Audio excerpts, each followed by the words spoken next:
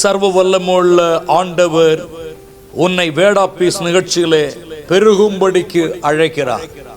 ஆண்டவர் தீர்க்க தரிசனமாய் சொல்லுகிறார், அன்பான தேவனுடைய பிள்ளைகளே, உங்களை பெருக பண்ணும்படி ஆண்டவர் இந்த நாளில் உங்களோடு பேசும்படி விரும்புகிறார். ஆண்டவர் பேச போகிற காரியம், அவர் தீர்க்க தரிசனமாய் சொல்லுகிற காரியம், உன்னை நான் குறுகி போக பண்ணாமல் உன்னை பெருகும்படி செய்ய போகிறேன்.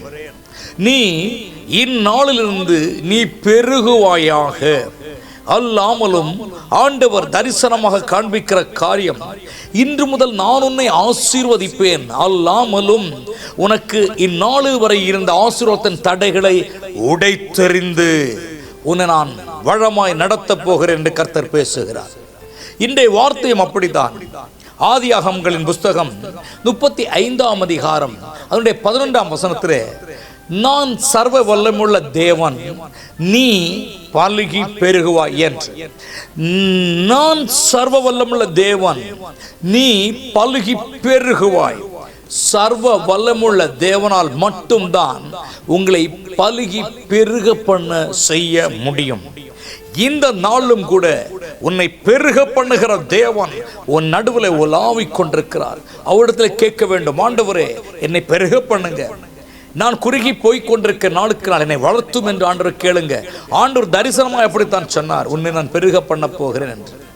நீ ஆசீர்வாதமாக இருப்பாய். உன்னுடைய வாழ்க்கையில, உன்னுடைய குடும்பத்தில், உன்னுடைய வேலையில, தனிப்பட்ட ஒரு வாழ்க்கையில ஆண்டவர் உன்னை வளமாய் நடத்தும்படி சித்தம் கொண்டிருக்கிறார்.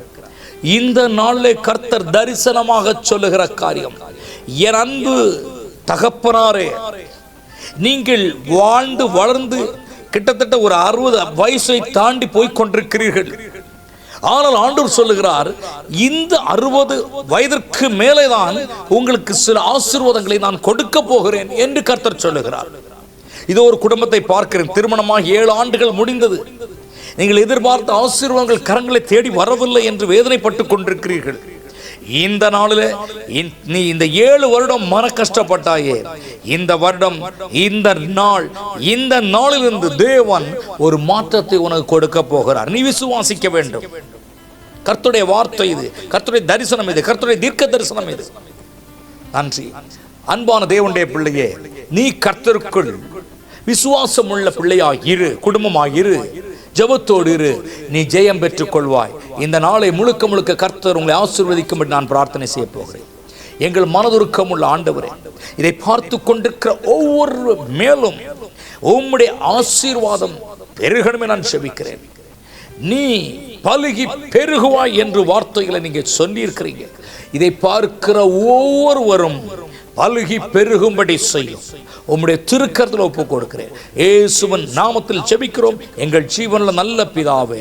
ஆமென், ஆமென். Thank you. God bless you. God bless you.